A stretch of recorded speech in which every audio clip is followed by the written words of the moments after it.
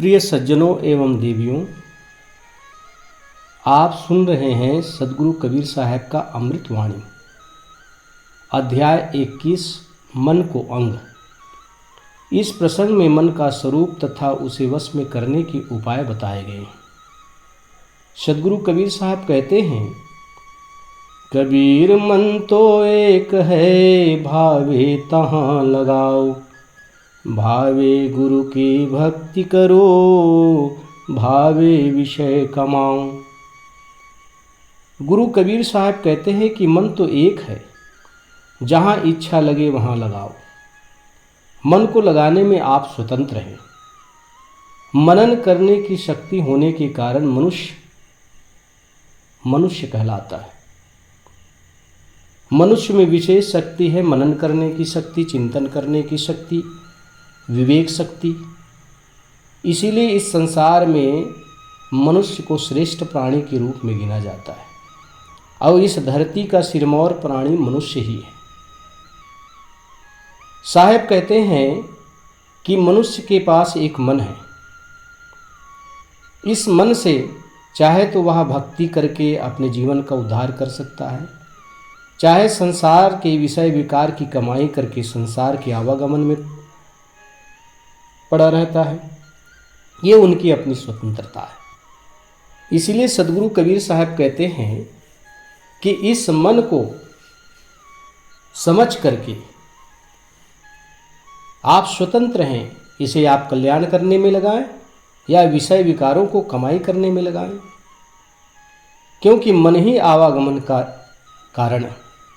इसलिए महापुरुषों ने भी कहा है, शास्त्रों में भी आया है कि मन एव मनुष्याणाम कारणम बंध मोक्षयोः।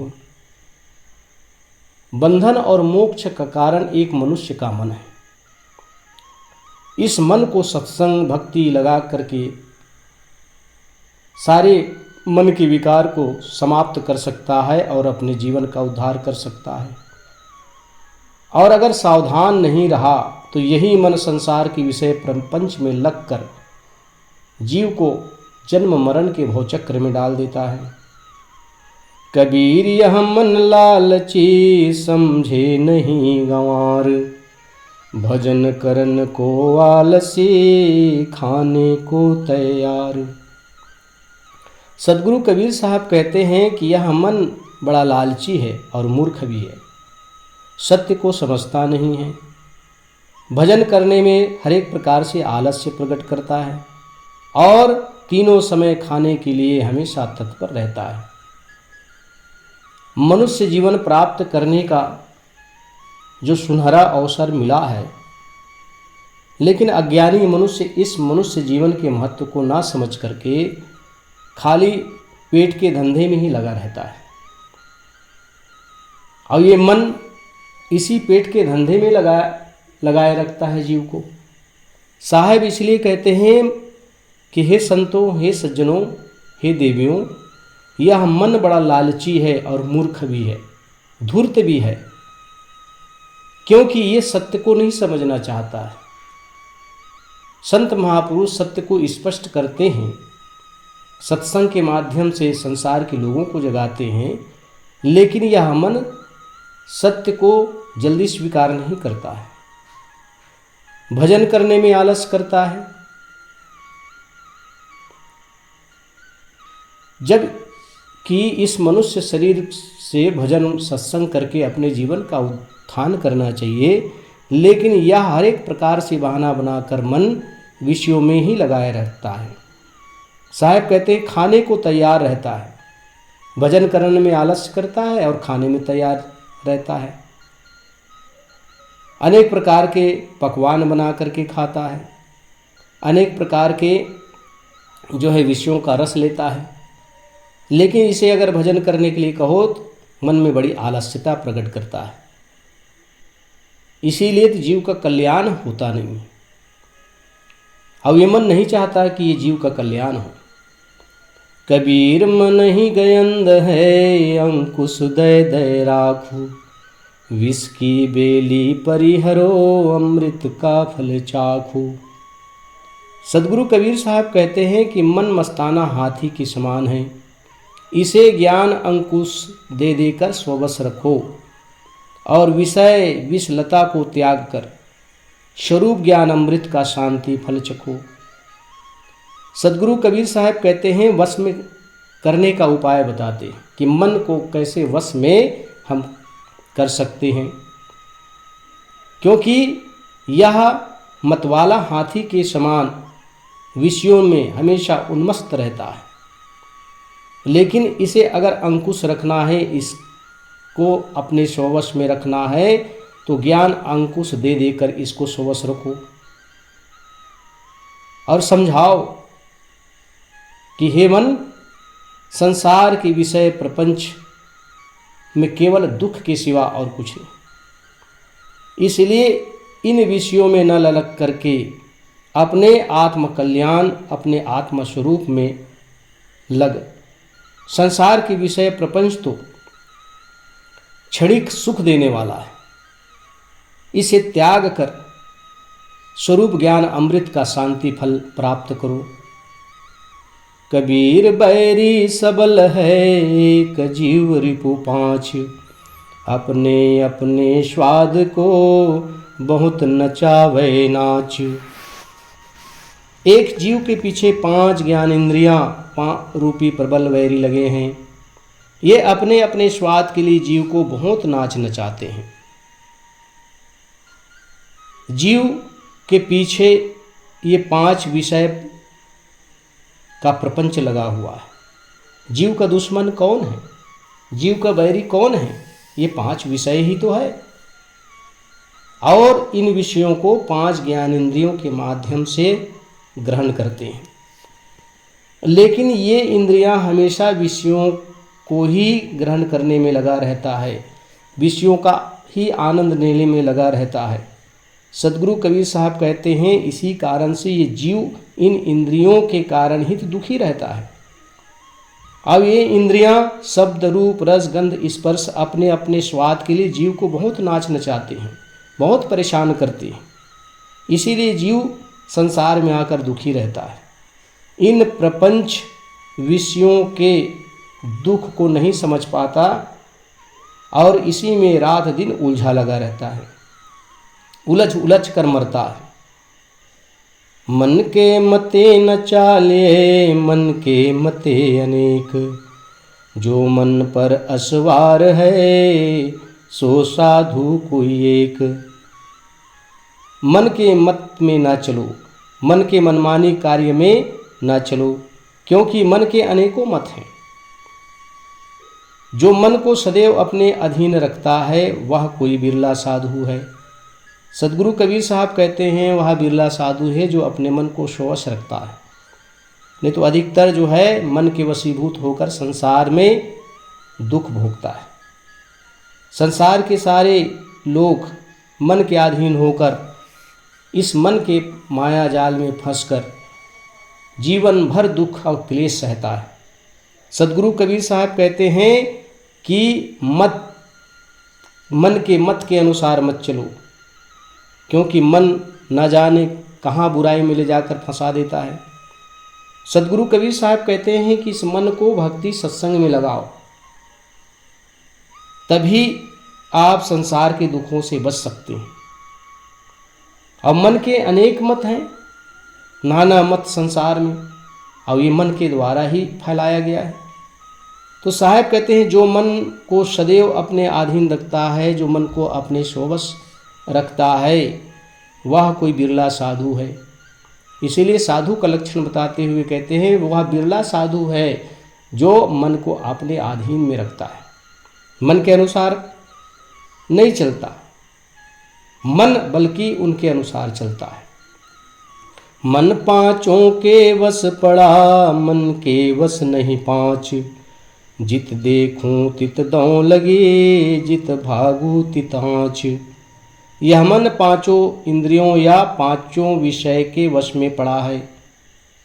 साहब कहते हैं, जो 5 ज्ञान इंद्रियां हैं वह 5 विषयों को ग्रहण करता है, और ये 5 ज्ञान इंद्रियों के वश में पड़कर ये जीव बहुत दुख और कष्ट पाता है। और ये मन 5 के वश में हो गया, जबकि मन के अधीन 5 होना चाहिए।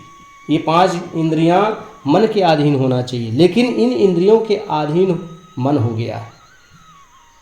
साहब कहते हैं मन के वश में ये 5 नहीं हैं। अगर मन के वश में 5 होता तो मन के अधीनस्थ रहकर काम करते। सदगुरु कहते हैं जहाँ देखता हूँ वहाँ विषय की अग्नि लगी है, जहाँ भाग कर जाता हूँ वहाँ आँच लगती है। सारे विषय प्रपंच अग्नि के समान है जो रात दिन जीव को जलाते रहता है, और इन विषयों की अग्नि संसार के समस्त मानव जाति को परेशान करके रखा हुआ है, मानव जाति को जला रहा है। इसीलिए विषय प्रपंच के अधीन होकर मन क्या क्या नहीं दुख भोगता है। सदगुरु कबीर साहब कहते हैं कहाँ भाग कर जाया जाए, जहाँ भी जाओ वहाँ विषयों की आँच लगती है। इस संसार में ऐसी कोई जगह नहीं है जो विषय हमें परेशान करते हैं। हमारी इंद्रियां विषयों को भोगने के लिए परेशान करते हैं। इसलिए सदगुरु कबीर साहब इन 5 विषयों से सावधान होने की बात कहते हैं। मन के मारे बन गए मन तजी बस्ती माही, कहें कबीर क्या कीजिए यह मन ठहरे नाही। मन की चंचलता को रोकने के लिए संसार के लोग वन में जाते हैं। मन की चंचलता को रोकने के लिए लोग वन में चले गए। वहाँ जब नहीं शांत हुआ तब पुनः बस्ती में आ गए। सदगुरु कबीर साहब कहते हैं कि जब तक मन शांत ना होगा तब तक तुम क्या कल्याण करोगे। सदगुरु कहते हैं कि मन को रोकने के लिए चाहे जंगल चले जाओ और जंगल में बैठकर तुम ध्यान करो, साधना करो, लेकिन वहाँ भी मन रुकने वाला नहीं है। तो क्या किए, वहाँ से पुनः बस्ती में आ गए। साहब कहते हैं कि जब तक मन शांत नहीं होगा तब तक जीव का कल्याण नहीं हो सकता। मन में शांति कैसे आए? तो इन 5 विषयों को अपने वश में करके, मन को अपने वश में करके अपने स्वरूप में शांत होना ही यह मन की शांति है। मन की शांति तभी हो सकती है जब हम संसार के समस्त विषय प्रपंच को सत्य जानकर अपने स्वरूप में स्थित हो जाएं, अपनी आत्मा में स्थिति बना लें, तभी मन शांत होगा। मन मुरीद संसार है, गुरु मुरीद कोई साधु, जो माने गुरुवर वचन को ताका मता अगाध। संसार के सब लोग मन के दास हैं। गुरु के दास तो कोई संत है, कोई सज्जन है जो गुरु के ज्ञान वचन को मानता है, उसका मत अथाह है। सदगुरु कबीर साहब कहते हैं कि संसार के समस्त लोग मन के दास बन बैठे हैं, जैसा मन कहेगा वैसा करते हैं। जिन विषयों को भोगना चाहता है मन, उसी विषयों को भोगता है। इसलिए साहब कहते हैं कि संसार के सारे लोग मन के दास बने हुए हैं, लेकिन कोई संत हैं जो मन को अपना दास बनाए हुए हैं। वही सच्चे गुरु के दास हैं। गुरु के भक्त कोई हैं और संसार के विषयों के दास संसार के लोग हैं। साहब कहते हैं जो गुरु के ज्ञान वचन को मानता है, अपने जीवन में धारण कर उस रास्ते में चलता है, उसका मत तो अथाह है। इसलिए सद्गुरु संदेश देते हुए कहते हैं कि गुरु का दास बनो, मन का दास नहीं। कहा भी गया है, ई मन चंचल ई मन चोर ई मन सुध ठगहार, मन मन करते सुर मुनि जहड़े मन के लक्ष्य द्वार। यह मन बड़ा चंचल है, यह मन जीव के ज्ञान रतन को हरता है, इसलिए यह चोर भी है। यह शुद्ध ठगहार, यह जीव को आज तक ठगते आया है।